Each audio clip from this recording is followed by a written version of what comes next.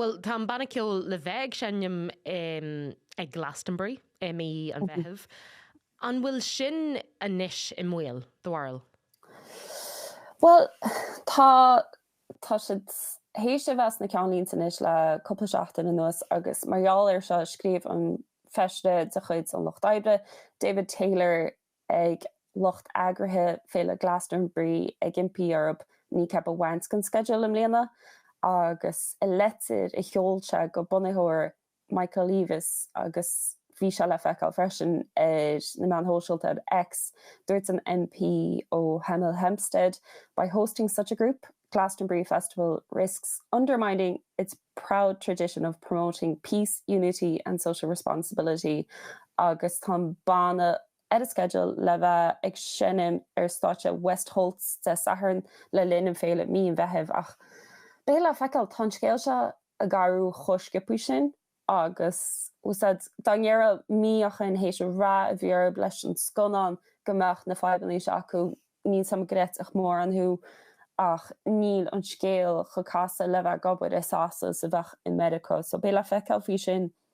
amachchan seo ach tá brú an I the Wanscan schedule. Well sin ag ddíir agus buinniú ón schedule iad ag an Eden Project I Gornmall a hána an nuach sin amach de March na seachtainna seo. So is léir gohfuil tunnachar aige seo ar giganna an bhaina ceol agus go méid tunnachar aige seo ar na fialtí nó ar cinneal schedule sacu hían don saoú. Ach in anion an chunspóid ar fad agus na chunspóidí a ecanmuid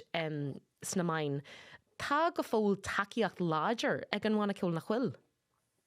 Tá agus sin rud atá galóngeart gongeart tar na mléanta mar thosa siad mac up a blianachin agus tá siad a gúsad an ardan atá up le hí fibannaí socialta agus fibannaí ecin siad sa mór héal agus an rud atá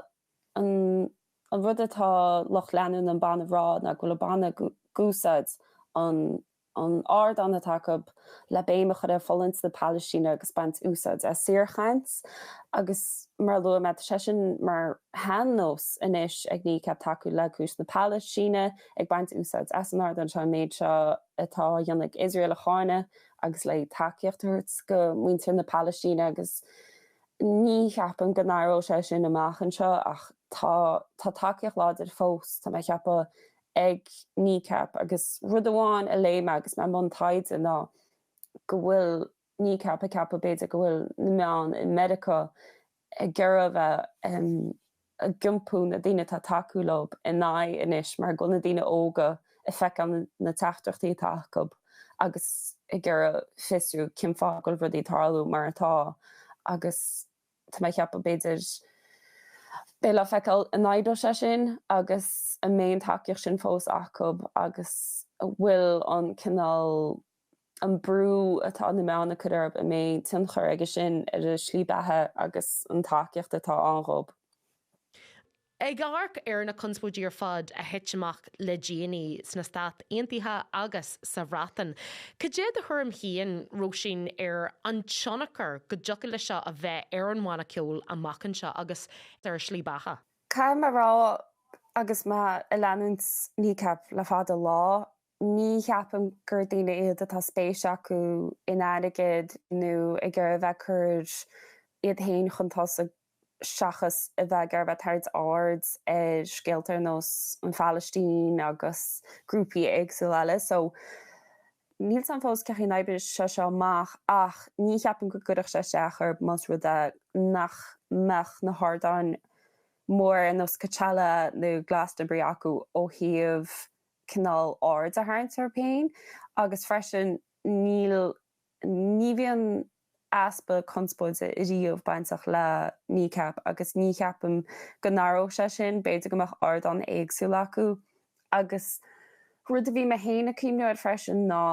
bhfuil said tá cinál stair bainte lei seo go mbíonn daine is seas amach an rudaí agus sin taon na meán ina haid cíimniú go minic ar Sinead O'Connor na a bhí sé ar SNL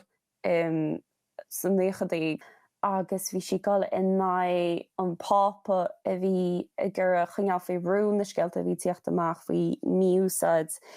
gasar ag an nám agus chun na meán ina snéidirchanir go buinte sin agus ní rá an tóir céanna ar a héise sin ach freisin tá go leir de hééis áú letricha blian tá na meán hóisiilta an níis tá ard an ag cholann na bil má tá go an clist acu agus mar sin tá cheappa go mé bailach chimpel ar sin